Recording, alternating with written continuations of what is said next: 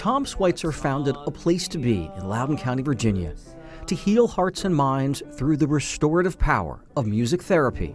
Our visions, but only illusions. But this force for good recently faced the crisis of his life amid the pandemic. I'm healthy, I work out, I take care of myself, I was safe. COVID landed Schweitzer in the emergency room last summer. On the fourth day, my breathing changed drastically. Pneumonia compromised his lungs so quickly, he was only hours from intubation.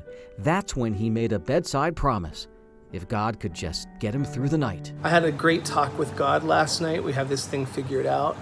I'm going to be fine. It's going to take some time. In time, Schweitzer discovered he was a COVID long hauler. This virus, this disease, took over every part of my body, not just my lungs. He forgot the names of dear friends, couldn't recall simple words and phrases, and had trouble retrieving fond memories. And his brain fog remains to this day. Reach it up! In December, he followed through on that bedside promise by starting a free weekly music therapy session. Breathe in. Hold it, and breathe it out. Oh!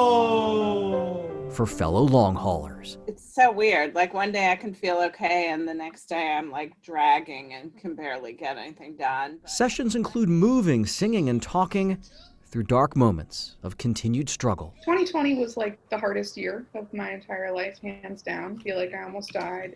I feel like damaged goods in a lot of ways. Oh, sweetheart. It's okay. People need to feel validated, and I think that that is probably the biggest gift that this group gives the long haulers every Wednesday. Yeah, I guess my biggest fear is not being in a good physical state, you know? Yep, I do know. And all of a sudden, I'm extremely anemic. COVID survivor Tony Popkin of Fairfax County Keep moving forward. cherishes each of Tom's sessions. You know, it just feels like this mountain is growing. Popkin spent several years with the help of her service dog Bud, successfully recovering from traumatic brain injuries sustained in car accidents.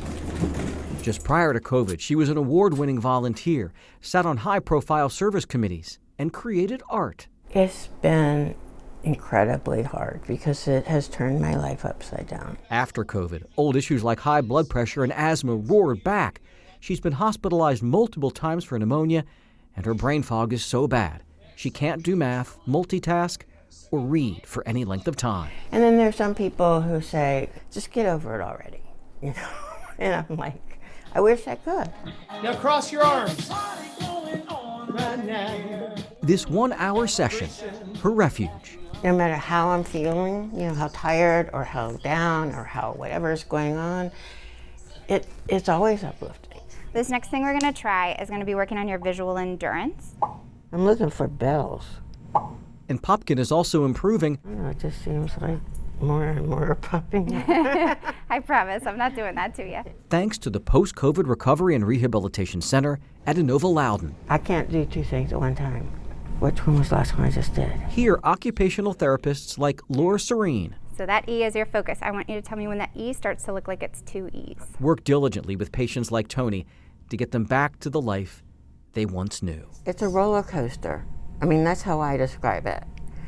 Is I'm on a roller coaster, and I don't like roller coasters. I hear so frequently that people are physically better, but they still have that cognitive fatigue. They have difficulty multitasking. They have difficulty problem solving, and everyone just says you just have to deal with it. It's going to get better. It may not. You may need some additional help. Think about this with COVID. When the night has been too lonely and the road has been too long. It's hard to know if the long and winding road of COVID will ever disappear, but for some, it sure helps when you can share the ride with a friend. But my voice sounds a lot better. Yes. Totally. And people are telling me my color looks better. I couldn't have found a better group of people. And I want to let you know, every doctor tells me that singing and exercise is what's going to help me. And I should just keep on singing. I miss hugging you I miss holding you. I miss all the things we used to do to pass the day away.